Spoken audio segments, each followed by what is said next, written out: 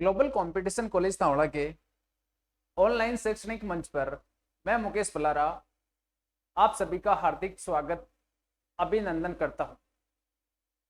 भूगोल की इस श्रृंखला के अंतर्गत आज का जो अपना टॉपिक चल रहा है उस टॉपिक का नाम है ज्वालामुखी। ज्वालामुखी अपना चैप्टर चल रहा है, उसका नाम है ज्वालामुखी, या इसको बोल सकते हैं अपन वल्केनो। वल्केनो या ज्वालामुखी। वल्केनो या ज्वालामुखी के अंतर्गत हमने सबसे पहले ज्वालामुखी का सामान्य अर्थ पढ़ा था, उसके बाद में पढ़ा था ज्वालामुखी से निःसृत कौन कौन से पदार्थ होते हैं, उन पदार्थों के बारे में पढ़ लिया था। और लास्ट लेक्चर में अपन ने पढ़ा था ज्वालामुखी के अंग या ज्वालामुखी की संरचना। आज का जो अपना टॉपिक है उस टॉपिक का नाम है ज्वालामुखी के प्रकार।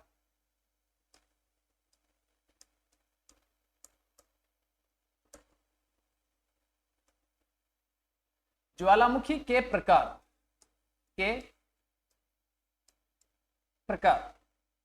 ज्वालामुखी के प्रकार।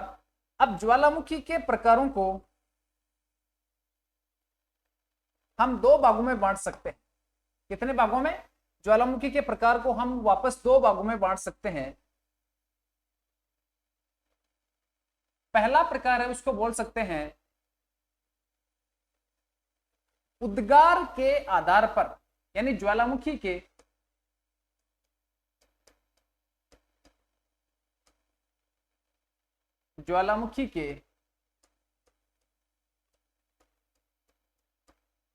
उद्गार के आधार पर, ज्वालामुखी के उद्गार के आधार पे। और दूसरा है उद्गार की सक्रियता के आधार पे। दूसरा है उसका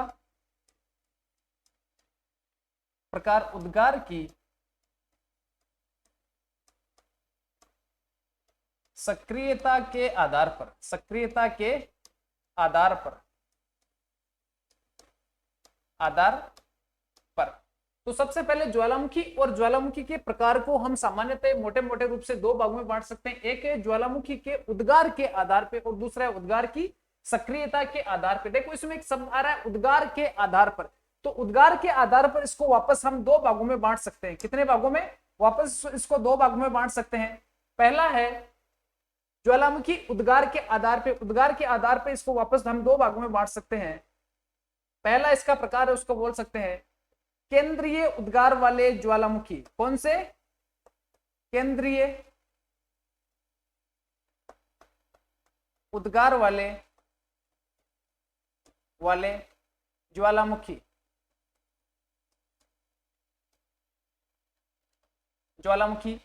इसका दूसरा प्रकार है उसको बोल सकते हैं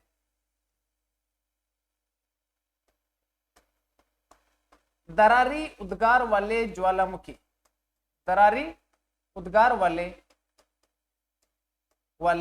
ज्वालामुखी।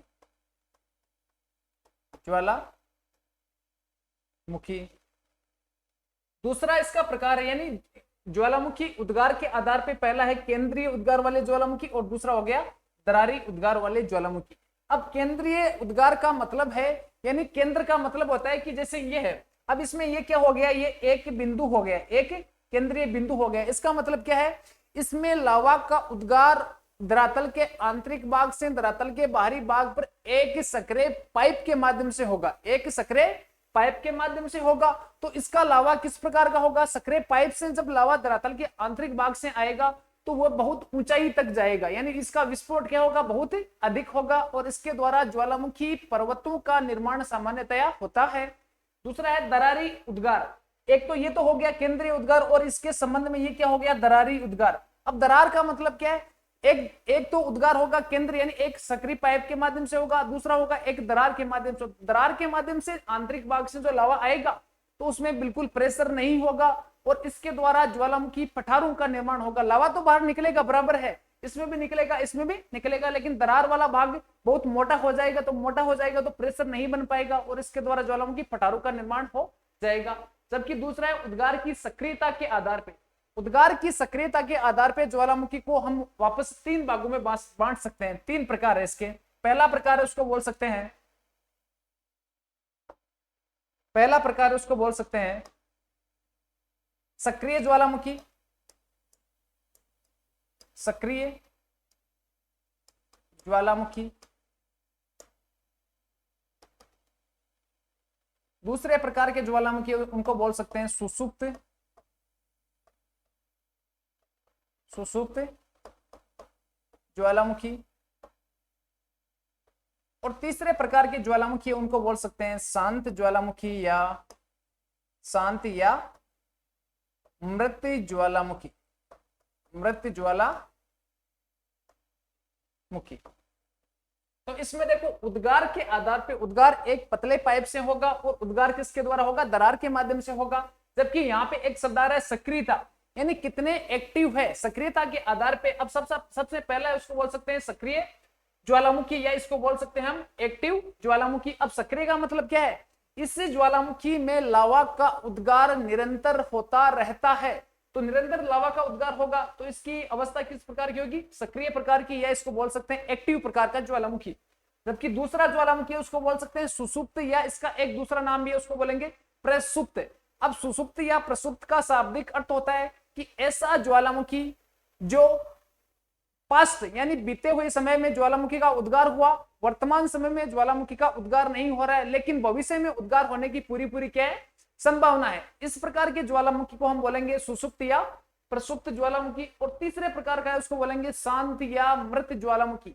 ऐसा ज्वालामुखी जो बीते हुए समय यानी जो पास्ट में तो ज्वालामुखी का उद्गार हुआ, लेकिन प्रेजेंट और फ्यूचर में लावा का उद्गार होने की संभावना उसमें बिल्कुल ना के बराबर है। इस प्रकार के ज्वालामुखी को हम बोलेंगे शांत या मृत ज्वालामुखी। तो आज का जो अपना टॉपिक है ज्वालामुखी के प्रकार, और ज्वालामुखी के प्रकार के अंतर्गत आज का अपना जो बिंदु रहेगा वह रहेगा उद्गार की सक्रियता के आधार पर ज्वालामुखी के प्रकार, उद्गार की सक्रियता के आधार पर ज्वालामुखी के प्रकार,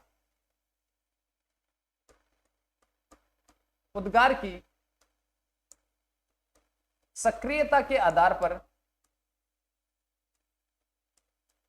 सक्रियता के आधार पर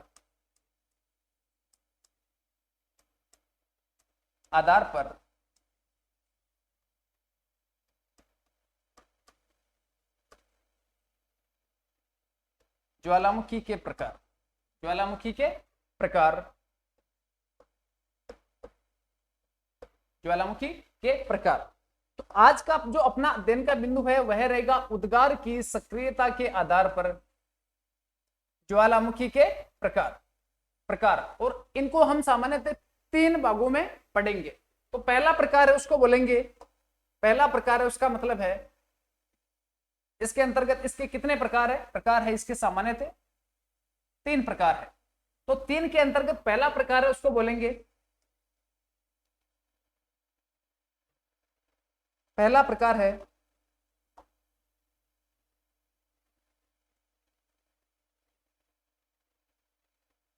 उसका नाम है सक्रिय ज्वालामुखी।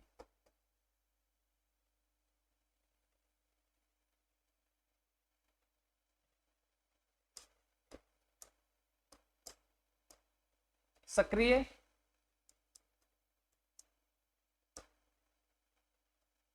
ज्वालामुखी।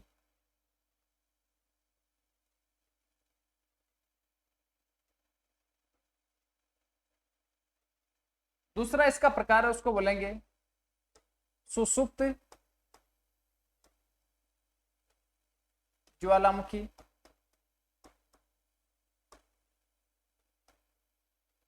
और तीसरा प्रकार है उसको बोलेंगे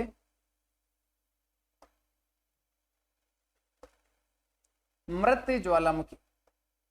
मृत या इसका दूसरा नाम है एक और है शांत ज्वालामुखी। तो इनको थोड़ा सीख मैं आपको एक बार वापस बता देता हूं कि सक्रिय ज्वालामुखी क्या होता है। ऐसा ज्वालामुखी, सक्रिय का मतलब क्या होता है, एक्टिव, यानी ऐसा ज्वालामुखी जो हमेशा एक्टिव रहता है, या हम बोल सकते हैं कि जिसमें लावा का उद्गार निरंतर होता रहता है। इस प्रकार के ज्वालामुखी को हम बोलेंगे सक्रिय ज्वालामुखी। जबकि दूसरे प्रकार का ज्वालामुखी है उसको बोलेंगे सुषुप्त, या इसका दूसरा नाम भी मिलता है कहीं पर देखने को, उसका नाम है प्रसुप्त। सुषुप्त या प्रसुप्त का मतलब क्या होता है कि ऐसा ज्वालामुखी जिसमें बीते हुए समय यानी हम बोल सकते हैं पास्ट में लावा का उद्गार हो गया और वर्तमान समय में जिसमें लावा का उद्गार नहीं हो रहा है, और फ्यूचर यानी भविष्य में लावा के उद्गार होने की पूरी पूरी संभावना रहती है। इस प्रकार के ज्वालामुखी को हम बोल सकते हैं सुसुप्त या प्रसुप्त ज्वालामुखी। और तीसरा प्रकार का ज्वालामुखी उसको बोलेंगे शांत प्रकार का ज्वालामुखी, शांत या मृत प्रकार का ज्वालामुखी। ऐसा ज्वालामुखी जो बीते हुए समय या पास्ट में जिसमें से लावा का क्या हो गया, उद्गार हो गया था, लेकिन वर्तमान व भविष्य में लावा के उद्गार होने की संभावना बिल्कुल न के बराबर है। इस प्रकार के ज्वालामुखी को हम बोलेंगे मृत या शांत प्रकार के ज्वालामुखी। एक मैं आपको इनको थोड़ा सी आपको याद करने का एक इजी तरीका बताता हूं। देखो इसके अंतर्गत क्या है, एक तो यहां पे मैं लिख दूंगा पास्ट, दूसरा प्रकार हो गया प्रेजेंट, और इसका तीसरा प्रकार हो गया, उसका नाम है फ्यूचर। क्या? फ्यूचर।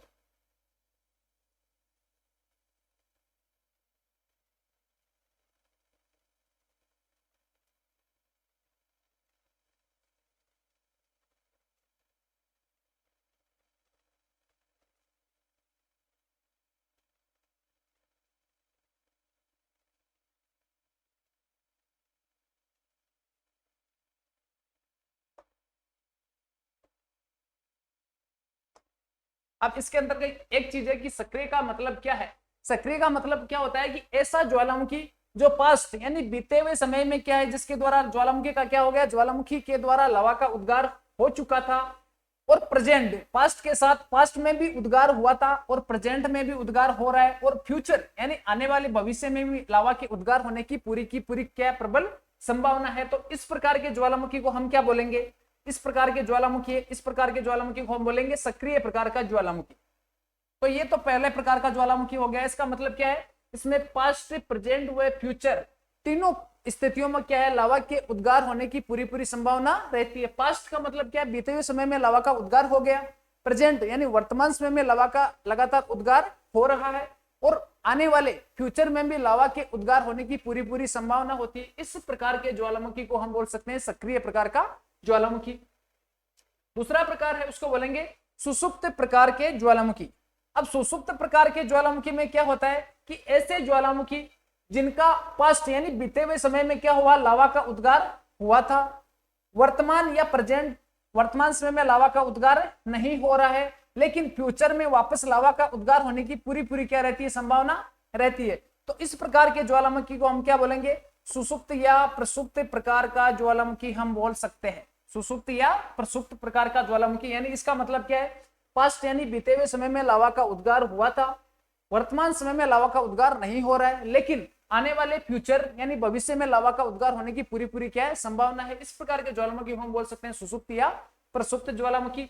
और तीसरे प्रकार का ज्वालामुखी है उसका नाम है मृत ज्वालामुखी। कौन सा? मृत ज्वालामुखी।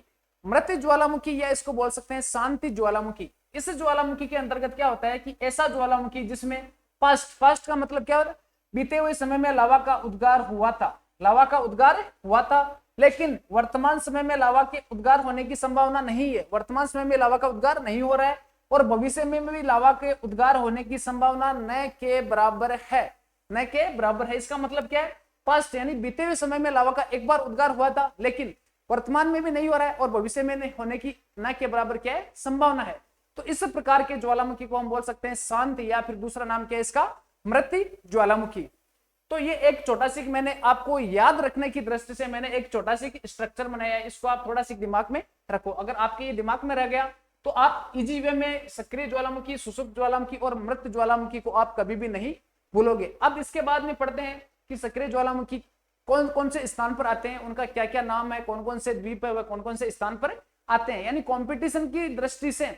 अब जो मैं सक्रिय ज्वालामुखी सबसे पहले लिखूंगा, फिर इसके मैं उदाहरण लिखूंगा, कौन सा द्वीप है, कौन सा वहां पर ज्वालामुखी, किस प्रकार का ज्वालामुखी है। हाँ, तो इस प्रकार का सक्रिय, सुसुप्त और तीसरा मृत, इस प्रकार के कंपटीशन में यहाँ से क्वेश्चन आते हैं, और क्वेश्चन में यही पूछा जाता है कि कौन सा ज्वालामुखी किस प्रकार का ज्वालामुखी है, कि सक्रिय ज्वालामुखी है, या फिर पूछेगा कि प्रसुप्त प्रकार का है, या फिर शांत या मृत प्रकार का ज्वालामुखी है। तो इस प्रकार के कंपटीशन की दृष्टि से छोटे छोटे क्वेश्चन आएंगे, वो बड़े इंपॉर्टेंट होंगे।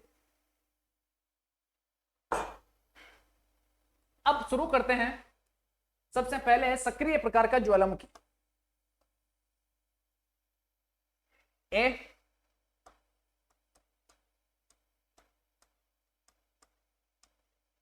सक्रिय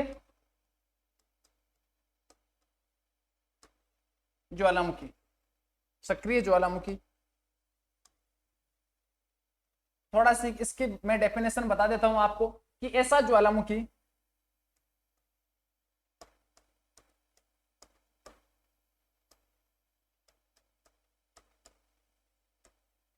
ऐसा ज्वालामुखी जिसका उद्गार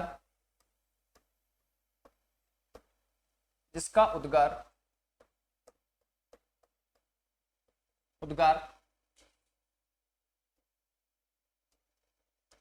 भूतकाल में हो चुका हो वह वर्तमान समय में भी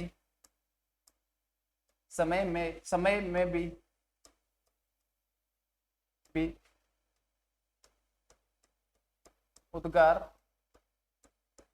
हो रहा हो, वह भविष्य में भी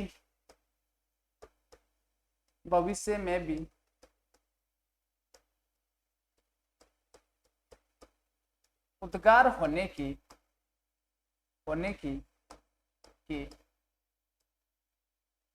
पूरी संभावना रहती है। पूरी संभावना रहती है, उसको बोलेंगे सक्रिय ज्वालामुखी। मैं आपको बार बार ये चीजें नहीं लिखाऊंगा कि ज्वालामुखी जब उद्गार होगा तो ज्वालामुखी उद्गार के अंतर्गत धरातल के आंतरिक भाग से मैग्मा या लावा धरातल के बाहरी भाग पर आएगा, और मैग्मा और लावा के साथ अनेक प्रकार की क्या होंगी, उसमें गैसें होगी, जलवाष्प होगा, इसके साथ अनेक प्रकार के ठोस पदार्थ होंगे, वह फिर क्या होगा, तरल पदार्थ या मैग्मा होगा। जब भी मैं ज्वालामुखी के बारे में आपको बोलूं तो बोलने का मतलब ज्वालामुखी, और ज्वालामुखी बोलते ही आपके दिमाग में ये चीज आनी चाहिए कि ज्वालामुखी क्रिया के अंतर्गत मैंने आपको बताया कि ज्वालामुखी क्रिया से निश्रित जो पदार्थ है वो पदार्थ पूरे के पूरे धरातल के आंतरिक भाग से धरातल के बाहरी भाग पर आएंगे। तो इसके अंतर्गत क्या है, ऐसा ज्वालामुखी जिसका उद्गार क्या है, भूतकाल में हो चुका है, वर्तमान समय में उद्गार हो रहा है, और भविष्य में उद्गार होने की पूरी क्या रहती है, संभावना रहती है। अब इस प्रकार के जो ज्वालामुखी है, उन ज्वालामुखी के हम उदाहरण पढ़ते हैं कि कौन सा ज्वालामुखी कहां पर स्थित है। तो इस प्रकार के ज्वालामुखी, अब इन ज्वालामुखियों के उदाहरण के अंतर्गत सबसे पहला ज्वालामुखी उसका नाम है 1 नंबर का ज्वालामुखी, यानी ये क्या है, ज्वालामुखियों के उदाहरण। और उदाहरण के अंतर्गत सबसे पहला ज्वालामुखी उसका नाम है मोना लोवा ज्वालामुखी।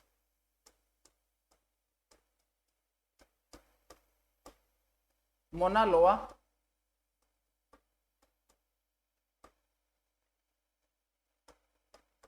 लोवा ज्वालामुखी। तो मोना लोवा ज्वालामुखी कहां पर स्थित है, एक द्वीप का नाम है, उसको बोलते हैं हवाई द्वीप। और हवाई द्वीप कहां पर स्थित है, हवाई द्वीप स्थित है यूएसए, यानी संयुक्त राज्य अमेरिका में स्थित है। संयुक्त राज्य अमेरिका के पास प्रशांत वाला भाग है, तो प्रशांत महासागर वाले भाग में एक ज्वालामुखी स्थित है, उसको बोलते हैं मोना लोवा ज्वालामुखी। और द्वीप पूछे आपको तो कौन सा द्वीप है, हवाई द्वीप। और हवाई द्वीप कहां पर स्थित है, यूएसए या संयुक्त राज्य अमेरिका। उत्तरी संयुक्त राज्य अमेरिका है ना, उत्तर वाला भाग, यानी उत्तरी अमेरिका है, तो उत्तरी अमेरिका का भाग है, उस उत्तरी अमेरिका के भाग वाले में एक ज्वालामुखी है, उसका नाम है मोना लोवा ज्वालामुखी। अगली चीज है कि यह विश्व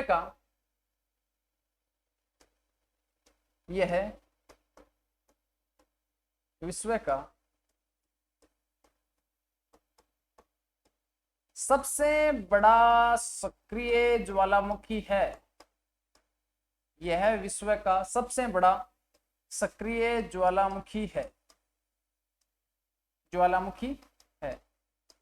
अब इसका मतलब क्या है, विश्व का सबसे बड़े से मतलब क्या है कि इसमें जो लावा का उद्गार या ज्वालामुखी विस्फोट होता है उसकी लंबाई बहुत अधिक है, लंबाई और चौड़ाई बोल सकते हैं, तो वो बहुत ही बड़े क्षेत्र पर इसका लावा का उद्गार होता है, तो इसको बोल सकते हैं विश्व का सबसे बड़ा सक्रिय ज्वालामुखी कौन सा है, मोना लोवा ज्वालामुखी है। द्वीप पूछे आपके तो कौन सा द्वीप है, हवाई द्वीप। आपको पूछे कहां पर है तो उत्तरी अमेरिका के कौन से भाग में, उत्तरी अमेरिका में प्रशांत महासागर वाले भाग में, प्रशांत महासागर के अंदर स्थित है। दूसरा क्या है, विश्व का सबसे बड़ा, बड़ा का मतलब क्या है, बहुत बड़े क्षेत्र पर इसका क्या होता है, लावा का उद्गार होता है, तो बहुत बड़ा क्षेत्रफल है इसका, तो इसको बोल सकते हैं विश्व का सबसे बड़ा। अगली चीज है, एक इंपॉर्टेंट चीज और आती है, इसे प्रशांत महासागर का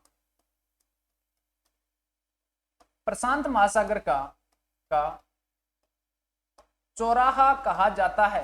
प्रशांत महासागर का चौराहा कहा जाता है। अब चौराहे का मतलब क्या है, चौराहे का मतलब क्या है, क्योंकि प्रशांत महासागर वाला भाग है, तो प्रशांत महासागर के बीच में एक द्वीप है, कौन सा द्वीप, हवाई द्वीप, और हवाई द्वीप पे ज्वालामुखी का उद्गार हो रहा है, उस ज्वालामुखी का क्या नाम है, मोना लोवा ज्वालामुखी।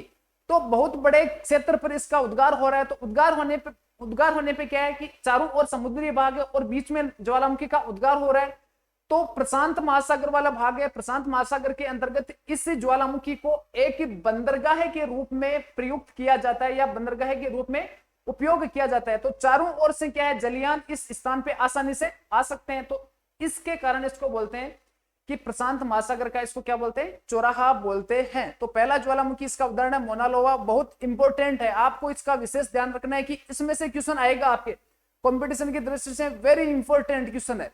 जितने भी मैं आपको उदाहरण बता रहा हूं, इस प्रकार के उदाहरण आएंगे कि मोना लोवा ज्वालामुखी कहां पर स्थित है, तो हवाई द्वीप में स्थित है, या पूछ लेंगे कि प्रशांत महासागर का चौराहा कौन से ज्वालामुखी को बोलते हैं, या फिर पूछ लेंगे हवाई द्वीप कहां पर स्थित है, कौन से महासागर में स्थित है, इस प्रकार पूछ लेंगे। दूसरा प्रकार का ज्वालामुखी, उसका नाम है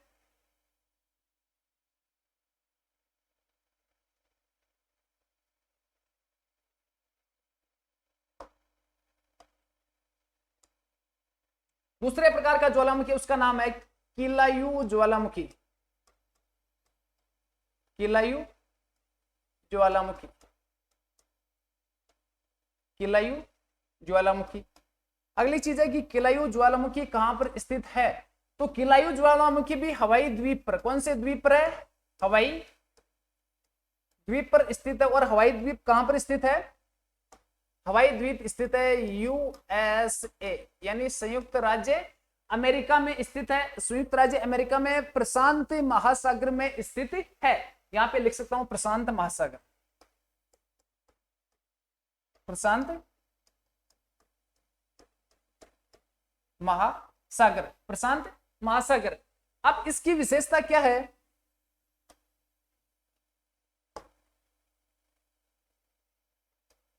इसकी पहली विशेषता है, यह है विश्व का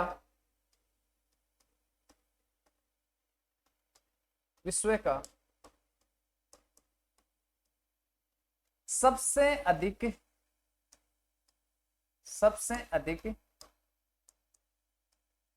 सक्रिय ज्वालामुखी है, सक्रिय ज्वालामुखी है।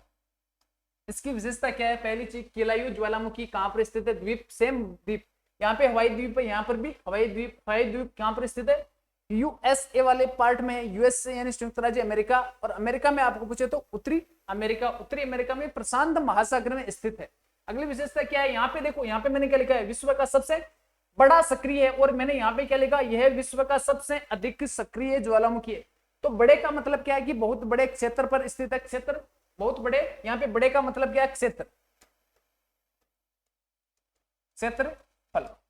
बड़े का मतलब क्या है, बहुत बड़े क्षेत्रफल पर इसका क्या होता है, लावा का उद्गार होता है, तो बहुत बड़ा क्षेत्रफल हो गया, तो सबसे यहाँ पे क्या आ रहा है, बड़ा सक्रिय ज्वालामुखी है। तो यहाँ पे क्या है, सबसे अधिक सक्रिय है। सक्रिय का मतलब क्या है कि इसमें लावा का उद्गार होता है, तो लावा का उद्गार बहुत अधिक मात्रा में होता है। यहाँ पर लावा की नदियां बहती है, जिस प्रकार पानी की नदियां बहती है ना, उस प्रकार यहाँ पर लावा की क्या होती है, नदियां बहती है। तो यहाँ पे देखो सबसे बड़ा सक्रिय, और यहाँ पे क्या है, सबसे अधिक सक्रिय। इस चीज का आपको विशेष ध्यान रखना है। यहाँ पे सिर्फ शब्दों का हेर फेर है, सिर्फ शब्दों का क्या है इसमें, हेर फेर, लेकिन आपको एकदम तैयार रहना है। किसी प्रकार का क्वेश्चन आए उसके लिए आपको क्या रहना है, एकदम तैयार रहना है। आप तैयार रहोगे तब जाकर क्या होगा, आपका सिलेक्शन होगा, नहीं तो आपका सिलेक्शन नहीं हो पाएगा। इस प्रकार के आप शब्द है, तो इन शब्दावलियों का आपको विशेष ध्यान रखना है कि बड़ा का मतलब क्या है, बहुत बड़े क्षेत्र पर, और अधिक सक्रिय का मतलब क्या है कि इसमें लावा का उद्गार बहुत अधिक होता है, बहुत अधिक होगा तो बहुत अधिक होगा तो उसमें क्या, लावा की बहुत अधिक नदियां, लावा इतना बहेगा कि इसकी नदियां, जैसे पानी की नदियां होती है वर्षा से, तो इसी प्रकार ये केलायु ज्वालामुखी, इसका उद्गार होगा तो वहां पर अनेक प्रकार लावा की नदियां चलेगी, नदियां चलेगी। फिर तीसरा प्रकार है सक्रिय ज्वालामुखी के अंतर्गत, तीसरा प्रकार है उसको बोलेंगे हम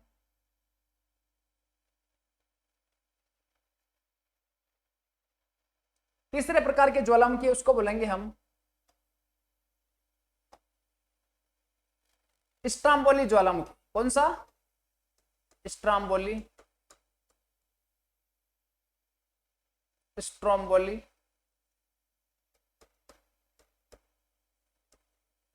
ज्वालामुखी, स्ट्राम्बोली ज्वालामुखी। अब ये स्ट्राम्बोली ज्वालामुखी कहां पर स्थित है, ज्वालामुखी कहां पर स्थित है? तो एक द्वीप है, उस द्वीप का नाम क्या है? लिपारी द्वीप। कौन सा द्वीप है? लिपारी द्वीप। और लिपारी द्वीप कहां पर स्थित है? लिपारी द्वीप स्थित है इटली में। कहां पर है? इटली देश में स्थित एक द्वीप है, उसको बोलेंगे लिपारी द्वीप। और लिपारी द्वीप में एक सक्रिय ज्वालामुखी, उसका नाम है स्ट्राम्बोली ज्वालामुखी। अब स्ट्राम्बोली ज्वालामुखी, इसकी क्या विशेषता है? इस ज्वालामुखी की विशेषता है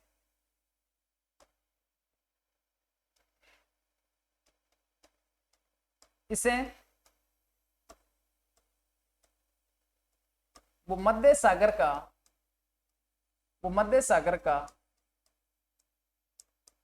प्रकाश स्तंभ कहते हैं। वो मध्य सागर का प्रकाश स्तंभ कहते हैं। पहली विशेषता इसकी क्या है कि स्ट्राम्बोली ज्वालामुखी द्वीप आपको पूछे तो द्वीप कौन सा है? लिपारी द्वीप। और देश आपको पूछे तो कौन सा है? इटली देश। इटली देश भूमध्य सागर है ना, भूमध्य सागर, तो भूमध्य सागर के एकदम ऊपर वाले भाग में एक देश है, उसका नाम है इटली देश।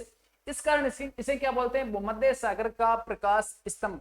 तो प्रकाश स्तंभ का शाब्दिक अर्थ यह है कि भूमध्य सागर वाला भाग है, वहां पर अनेक प्रकार के जलयान क्या करते हैं? जलयान एक स्थान से दूसरे स्थान पर चलते हैं। तो इस ज्वालामुखी के द्वारा क्या है, यहाँ पर भूमध्य सागर वाले भाग में लगातार प्रकाश रहता है। रात के समय में क्या रहता है? प्रकाश रहता है। तो यहाँ पर चलने वाले जलयानों को क्या होती है? इसे देखने में सुविधा होती है, या चलने में क्या होती है? सुविधा होती है। इस कारण इसको क्या बोलते हैं? भूमध्य सागर का प्रकाश स्तंभ। तो भूमध्य सागर का प्रकाश स्तंभ कौन से ज्वालामुखी को बोलते हैं? स्ट्राम्बोली ज्वालामुखी को क्या बोलते हैं? भूमध्य सागर का प्रकाश स्तंभ। अब 4 नंबर का ज्वालामुखी, उसका नाम है सक्रिय ज्वालामुखी, 4 नंबर का, उसका नाम है कोटोपेक्सी ज्वालामुखी। कोटोपेक्सी ज्वालामुखी, कोटोपेक्सी ज्वालामुखी, कोटोपेक्सी ज्वालामुखी। और इसका आपको देश पूछे कि कौन से देश में स्थित है, तो इक्वेडोर, इक्वेडोर, इक्वेडोर देश का क्या नाम है? इक्वेडोर। और इक्वेडोर कहां पर स्थित है? दक्षिणी अमेरिका में।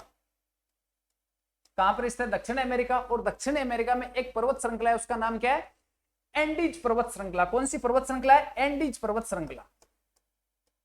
एंडीज पर्वत श्रृंखला, एंडीज पर्वत श्रृंखला पर स्थित है। ज्वालामुखी क्या नाम है? कोटोपेक्सी ज्वालामुखी। आपको देश पूछे तो कौन सा है? इक्वेडोर देश। इक्वेडोर देश कहां पर स्थित है? दक्षिणी अमेरिका। और दक्षिणी अमेरिका में एक ही पर्वत श्रृंखला है, उसका नाम क्या है? एंडीज पर्वत श्रृंखला। इस कारण इसको क्या बोलते हैं? विश्व का, कोटोपेक्सी ज्वालामुखी की विशेषता क्या है? विश्व का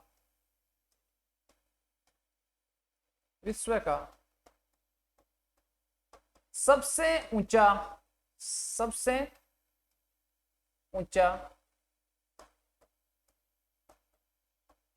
सक्रिय ज्वालामुखी, विश्व का सबसे ऊंचा सक्रिय ज्वालामुखी है।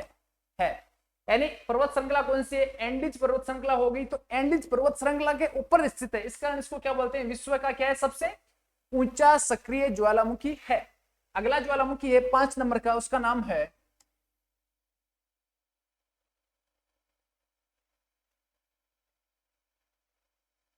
पांच नंबर वाला ज्वालामुखी, उसका नाम है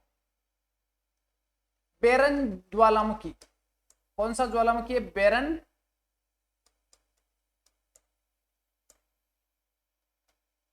बैरन ज्वालामुखी। अब बैरन ज्वालामुखी कहां पर स्थित है? बैरन ज्वालामुखी कहां पर स्थित है? तो बैरन ज्वालामुखी स्थित है अंडमान व निकोबार, अंडमान एंड निकोबार द्वीप समूह पर स्थित है। अंडमान एवं निकोबार द्वीप पर स्थित है। और अंडमान एवं निकोबार द्वीप समूह कहां पर स्थित है? यह भारत में स्थित है। तो हमारे को ध्यान रखना है कि भारत में एक ही सक्रिय ज्वालामुखी, उसका नाम क्या है? बैरन ज्वालामुखी। तो इसकी विशेषता क्या है? भारत में स्थित, भारत में स्थित एकमात्र सक्रिय ज्वालामुखी, सक्रिय ज्वालामुखी है। यानी बैरन ज्वालामुखी कहां पर स्थित है? अंडमान एंड निकोबार। और अंडमान एंड निकोबार में भी आपको पूछे तो अंडमान वाले भाग में स्थित है। अंडमान वाले भाग में जो ज्वालामुखी उसका नाम क्या है? बैरन ज्वालामुखी। देश पूछे तो कौन सा देश? भारत। और भारत देश का एकमात्र सक्रिय ज्वालामुखी है, एक्टिव ज्वालामुखी, उसका नाम क्या है? बैरन ज्वालामुखी। अगले ज्वालामुखी का प्रकार है, 5 हो गए। 6 नंबर का ज्वालामुखी है, उसका नाम है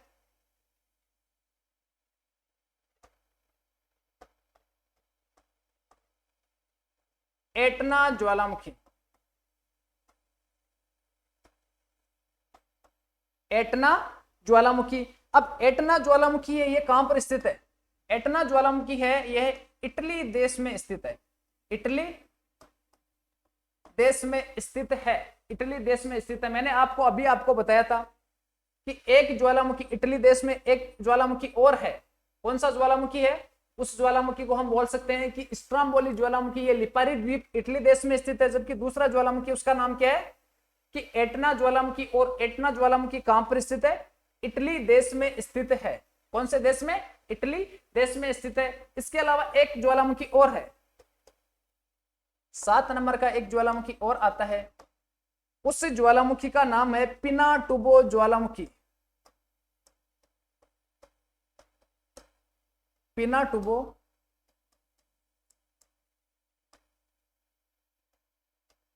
ज्वालामुखी। और पिनाटुबो ज्वालामुखी है, यह कहां पर स्थित है? इसका आपको देश पूछे तो यह एक आता है, उसका नाम है, देश का नाम है फिलीपींस। फिलीपींस देश में स्थित है। फिलीपींस देश में स्थित है। तो फिलीपींस देश में स्थित ज्वालामुखी वह कौन सी है? पिनाटुबो ज्वालामुखी। इसका मतलब क्या है कि यह ज्वालामुखी फिलीपींस राष्ट्र है। तो फिलीपींस राष्ट्र प्रशांत महासागर के तट पर स्थित है। इटली देश है, यह भूमध्य सागर के तट पर स्थित है। इसके अलावा अंडमान निकोबार है, यहां पर अपना आता है हिंद महासागर। हिंद महासागर। जितने भी ज्वालामुखी है ये महासागरीय भागों में उत्पन्न होते हैं। तो ये तो कुछ उदाहरण हो गए। इन उदाहरणों को आपको विशेष याद रखना है। जितने भी उदाहरण है, ये सब उदाहरण कौन से ज्वालामुखियों के? सक्रिय ज्वालामुखियों के उदाहरण है। और यहां से कंपटीशन में विशेषतया यहां से क्वेश्चन आते हैं। आपको बस इतना ध्यान रखना है, ये मैंने 7 ज्वालामुखी लिखाई है। 7 ज्वालामुखी, 7 ज्वालामुखी के कौन कौन से देश या राष्ट्र स्थित है और यहाँ पर इनकी क्या क्या विशेषता है, इनको आपको याद रखना है। तो पहला हो गया ज्वालामुखी अपना सक्रिय प्रकार का ज्वालामुखी। अब दूसरे प्रकार के ज्वालामुखी है, उनको हम बोलेंगे, सक्रिय के बाद में 2 नंबर के ज्वालामुखी आते हैं, उनको हम बोल सकते हैं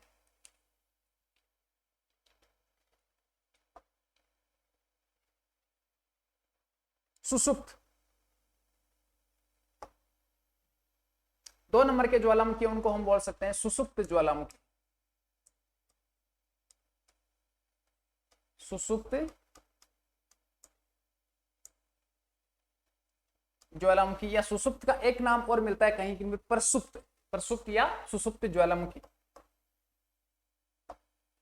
अब सुषुप्त या प्रसुप्त का अर्थ क्या होता है कि ऐसे ज्वालामुखी ऐसे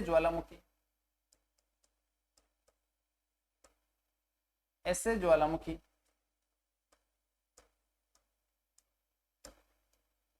जिनका उद्गार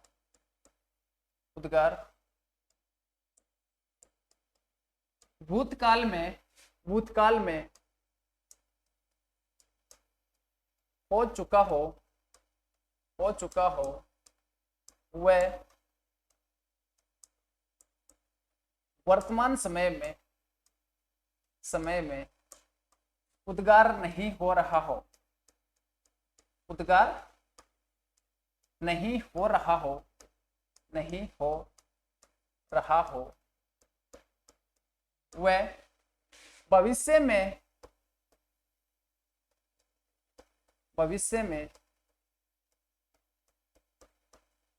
उद्गार होने की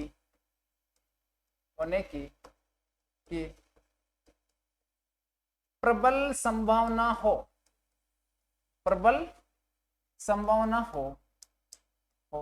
इसी प्रकार के ज्वालामुखी को हम बोल सकते हैं सुसुप्त प्रकार का ज्वालामुखी, या फिर एक नाम और है उसको बोल सकते हैं प्रसुप्त ज्वालामुखी। अब आइए सुसुप्त या प्रसुप्त प्रकार के ज्वालामुखी के कौन कौन से उदाहरण है, इनके क्या पढ़ेंगे, उदाहरण, इनके उदाहरण।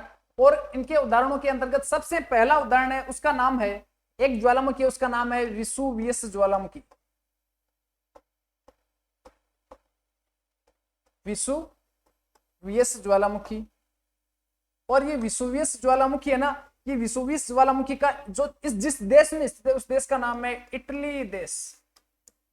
कौन सा देश है, इटली देश में एक ज्वालामुखी है, उस ज्वालामुखी का नाम है विसुवियस ज्वालामुखी। इटली देश में स्थित है, किस प्रकार का है, सुसुप्त ज्वालामुखी प्रकार का है। दूसरा ज्वालामुखी है, उसका नाम है क्राकाताओ।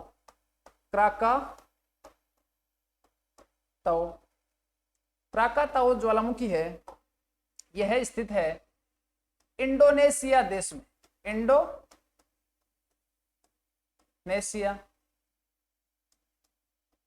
देश में। फिर तीसरे प्रकार की ज्वालामुखी उसको बोलेंगे फ्यूजियामा ज्वालामुखी। कौन सी, फ्यूजियामा ज्वालामुखी। और फ्यूजियामा ज्वालामुखी है, यह स्थित है जापान देश में, जापान देश या जापान राष्ट्र में, जापान देश में। चौथा प्रकार का ज्वालामुखी है, उसका नाम है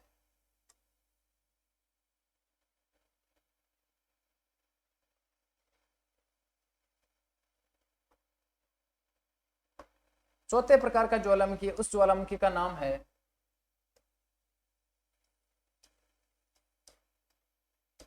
नारकोंडा ज्वालामुखी। नारकोंडा ज्वालामुखी। अब नारकोंडा या नारकोंडम ज्वालामुखी है, यह कहां पर स्थित है, यह स्थित है अंडमान एंड निकोबार, या फिर इसको बोल सकते हैं कि अंडमान निकोबार, या फिर कहां पर स्थित है, भारत में स्थित है, भारत में स्थित है। तो आपको क्या ध्यान रखना है कि नारकोंडा द्वीप या नारकोंडम ज्वालामुखी कहां पर स्थित है, भारत में स्थित है। और किस प्रकार की ज्वालामुखी, सुसुप्त या प्रसुप्त प्रकार की ये ज्वालामुखी है। तो इस प्रकार सबसे पहले विसुवियस पढ़ा था, दूसरा पढ़ा क्राकातोआ, तीन नंबर पे पढ़ा फ्यूजियामा, और 4 नंबर पे पढ़ा उसका नाम क्या है, नारकोंडा ज्वालामुखी। तो ये ज्वालामुखी है, ये किसके प्रकार है, प्रसुप्त या सुसुप्त ज्वालामुखियों के उदाहरण है। इसका मतलब क्या है कि भारत और भारत में अंडमान निकोबार द्वीप समूह, यहाँ पर एक तो सक्रिय प्रकार का ज्वालामुखी जिसका नाम बेरन है, जबकि दूसरा कौन सा है, सुसुप्त या प्रसुप्त प्रकार का ज्वालामुखी जिसका नाम क्या है, नारकोंडा ज्वालामुखी, या नारकोंडा द्वीप पर स्थित ज्वालामुखी उसको बोलते हैं नारकोंडा ज्वालामुखी। अब तीसरे प्रकार के ज्वालामुखी है, उनका नाम है, तीसरे प्रकार के ज्वालामुखी उनका है नाम शांत प्रकार के ज्वालामुखी। तीसरे नंबर के ज्वालामुखी उसको बोल सकते हैं शांत प्रकार के ज्वालामुखी, शांत, या फिर उसका दूसरा नाम कहीं कहीं मिलता है, उसको बोलते हैं मृत ज्वालामुखी, शांत या मृत ज्वालामुखी। अब शांत या मृत शब्द से ही हमारे को ऐसा एहसास होता है कि ऐसे ज्वालामुखी जिनमें क्या होता है, ऐसे ज्वालामुखी, ऐसे ज्वालामुखी जिनमें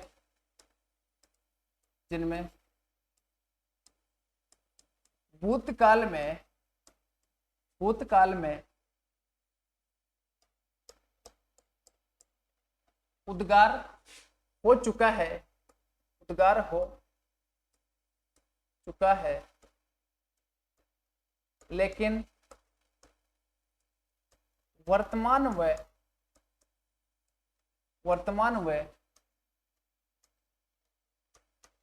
भविष्य में उद्गार होने की संभावना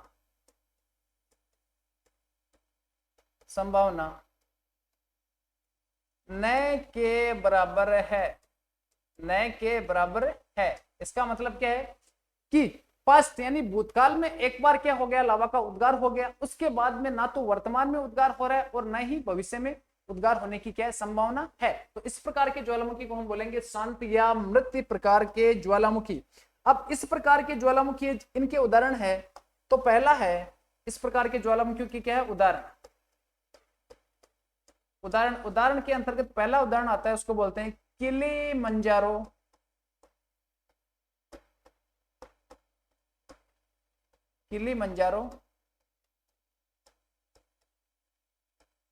ज्वालामुखी। किलिमंजारो ज्वालामुखी स्थित है, उस देश का नाम है तंजानिया देश। कौन सा देश है, तंजानिया देश। और तंजानिया देश कहां पर स्थित है, तंजानिया देश स्थित है अफ्रीका राष्ट्र में। किसमें, अफ्रीका में। तो किलिमंजारो ज्वालामुखी कहां पर स्थित है, आपको कोई देश पूछे कौन सा देश है, तंजानिया देश है, या फिर राष्ट्र पूछे तो कौन सा, अफ्रीका। क्योंकि यह क्वेश्चन एक कॉम्पिटिशन में आ चुका है। पिछली बार एक बार क्वेश्चन आया था किलिमंजारो ज्वालामुखी कहां पर स्थित है, अफ्रीका नहीं दिया था, वहां पे देश दे दिया, उस देश का नाम क्या है, तंजानिया देश। फिर दूसरा ज्वालामुखी है, उस ज्वालामुखी का नाम है पोप ज्वालामुखी।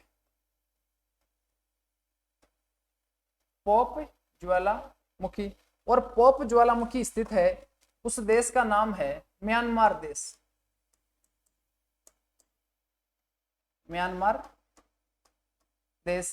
इसके अलावा एक ज्वालामुखी और है, उसका नाम है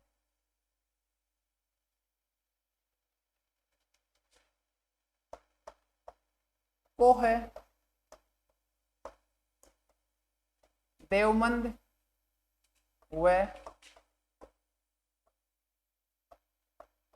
सुल्तान। वो है देवमंद व सुल्तान। ये ज्वालामुखियों के नाम है। यह स्थित है ईरान राष्ट्र में,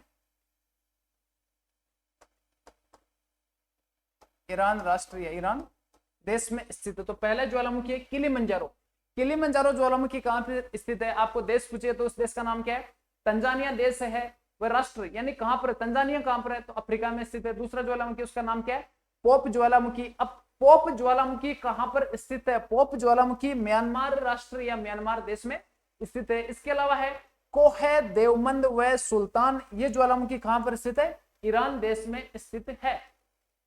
तो ये तीन प्रकार के ज्वालामुखी हो चुके हैं। एक बार इनको वापस देख लेते हैं, थोड़ा सी क्विक रिवीजन। आज की क्लास को शुरू किया था ज्वालामुखी के प्रकार, और ज्वालामुखी के प्रकार के अंतर्गत ज्वालामुखी में एक तो उद्गार के आधार पे, एक उद्गार की सक्रियता के आधार पे। तो आज का जो अपना अध्ययन का बिंदु है, उद्गार की सक्रियता के आधार पे, उद्गार की सक्रियता के आधार पे ज्वालामुखी को तीन भागों में विभाजित किया, सक्रिय ज्वालामुखी, सुषुप्त ज्वालामुखी, और तीसरा कौन सा हो गया, शांत या मृत ज्वालामुखी। तो आज का अध्ययन का बिंदु अपना उद्गार की सक्रियता के आधार पर है। अब इसके अंतर्गत पहला हो गया सक्रिय ज्वालामुखी। सक्रिय ज्वालामुखी की विशेषता क्या होती है कि यहाँ पे मैंने लिख दिया पास्ट का मतलब क्या है, बीता हुआ, प्रेजेंट का मतलब वर्तमान, और फ्यूचर का मतलब क्या है, भविष्य। तो ऐसे ज्वालामुखी जो पास्ट यानी बीते हुए समय में आए, वर्तमान समय में भी आ रहे हैं, और भविष्य में आने की क्या होती है, पूरी प्रबल संभावना रहती है। तो इस प्रकार के ज्वालामुखी को बोलेंगे सक्रिय ज्वालामुखी। दूसरा है सुषुप्त। सुषुप्त का अर्थ क्या होता है कि पास्ट का मतलब क्या है, बीते हुए काल में ज्वालामुखी का उद्गार हो गया, वर्तमान में नहीं हो रहा है, और भविष्य में होने की पूरी क्या रहती है, संभावना रहती है। तीसरा प्रकार का है मृत या शांत प्रकार का, यानी पास्ट का मतलब क्या है, बीते हुए समय में लावा का उद्गार हुआ, वर्तमान समय में और भविष्य में लावा के उद्गार होने की कोई संभावना नहीं है। अगला है सबसे पहले प्रकार का ज्वालामुखी, उसका नाम है सक्रिय ज्वालामुखी। और सक्रिय ज्वालामुखी के अंतर्गत क्या होता है कि ऐसे ज्वालामुखी जिनका उद्गार भूतकाल में हो चुका है, वर्तमान समय में उद्गार हो रहा है और भविष्य में होने की पूरी पूरी संभावना रहती है। यहाँ से सबसे अच्छे क्वेश्चन आते हैं इन उदाहरणों से। इन उदाहरणों में सबसे पहला उदाहरण है मोना लोवा ज्वालामुखी, हवाई द्वीप यूएसए में। इसकी सबसे बड़ी विशेषता क्या है? ये विश्व का सबसे बड़ा सक्रिय ज्वालामुखी है। इस लाइन को आपको विशेष ध्यान रखना है। किसके आधार पर? क्षेत्रफल के आधार पर है। इसे प्रशांत महासागर क्या बोलते हैं? चौराहा बोलते हैं। चौराहे का मतलब क्या होता है? चारों तरफ से जहां पर साधन आते हैं, तो ये प्रशांत महासागर है। प्रशांत महासागर में क्या आते हैं? जलयान आते हैं। तो इसको प्रशांत महासागर ने एक बंदरगाह के रूप में इसको प्रयुक्त किया जाता है या काम में लिया जाता है। अगला है किलायू ज्वालामुखी। किलायू ज्वालामुखी द्वीप को पूछे तो कौन सा है? हवाई द्वीप, वापस यूएसए या प्रशांत महासागर। इसकी विशेषता क्या है? ये विश्व का सबसे अधिक सक्रिय ज्वालामुखी है। वो विश्व का क्या है? सबसे बड़ा सक्रिय। बड़ा का मतलब क्या है? उसमें क्षेत्रफल अधिक है, लेकिन इसमें क्या है? लावा का उद्गार अधिक हो रहा है। सक्रियता का मतलब क्या है? सबसे अधिक सक्रिय का मतलब क्या है? लावा का उद्गार इसमें क्या है? बहुत अधिक हो रहा है। इसका मतलब क्या है? यहाँ पर लावा की नदियां बह रही है। तीसरा है स्ट्रोम्बोली ज्वालामुखी। द्वीप पूछे तो कौन सा? लिपारी द्वीप। राष्ट्र पूछे तो इटली। इसको बोलते हैं भूमध्य सागर का प्रकाश स्तंभ। फिर चौथा ज्वालामुखी उसको बोलते हैं कोटोपेक्सी ज्वालामुखी, इक्वेडोर राष्ट्र दक्षिण अमेरिका में और एंडीज पर्वत श्रृंखला के ऊपर स्थित है, इसलिए इसे बोलते हैं विश्व का सबसे ऊंचा सक्रिय ज्वालामुखी। अगला है बेरन ज्वालामुखी। तो बेरन ज्वालामुखी कहां पर स्थित है? अंडमान निकोबार द्वीप समूह में। और ये अंडमान निकोबार कहां पर है? भारत में स्थित है। यह भारत में स्थित एकमात्र एक्टिव ज्वालामुखी है। अगला है एटना ज्वालामुखी, इटली राष्ट्र में स्थित है। जबकि अंतिम है पिनाटुबो ज्वालामुखी, फिलीपींस देश या फिलीपींस राष्ट्र में स्थित है। दूसरे प्रकार के ज्वालामुखी उनको बोल सकते हैं सुषुप्त प्रकार के ज्वालामुखी। ऐसे ज्वालामुखी जिनका उद्गार भूतकाल में हो चुका है, वह वर्तमान समय में उद्गार नहीं हो रहा है और भविष्य में उद्गार होने की प्रबल संभावना रहती है। इसके उदाहरण पहला है उसको बोलेंगे विसुवियस ज्वालामुखी। तो विसुवियस ज्वालामुखी कहां पर स्थित है? इटली देश में स्थित है। अगला है क्राकाताओ ज्वालामुखी, इंडोनेशिया राष्ट्र में स्थित है। फ्यूजियामा ज्वालामुखी जापान राष्ट्र में स्थित है। अगला है नारकोंडा ज्वालामुखी, नारकोंडा द्वीप है और अंडमान निकोबार और भारत, यानी भारत में स्थित किस प्रकार का है? सुसुप्त या प्रसुप्त प्रकार का ज्वालामुखी। उसका नाम क्या है? नारकोंडा ज्वालामुखी। फिर तीसरे प्रकार का ज्वालामुखी उसको बोलेंगे शांत या मृत ज्वालामुखी। ऐसे ज्वालामुखी जिनमें क्या होता है? भूतकाल में उद्गार हो चुका है। भूतकाल में उद्गार हो चुका है, लेकिन वर्तमान व भविष्य में उद्गार होने की कोई संभावना न के बराबर है। तो इस प्रकार के ज्वालामुखी को बोलेंगे शांत या मृत ज्वालामुखी। इसका सबसे पहला उदाहरण है, उसका नाम है किलिमंजारो ज्वालामुखी। राष्ट्र पूछे आपको तो तंजानिया राष्ट्र या देश है, अफ्रीका में स्थित है। दूसरा है पोप ज्वालामुखी, म्यांमार देश है। और तीसरा है कोहे देवमंद व सुल्तान। ये ज्वालामुखी यह ईरान देश या ईरान राष्ट्र में स्थित है। तो मैं आज के लेक्चर को यही समाप्त करता हूं। जो भी बचा हुआ है उसको नेक्स्ट क्लास में या नेक्स्ट जो भी क्लास होगी उसमें पढ़ेंगे। थैंक्स।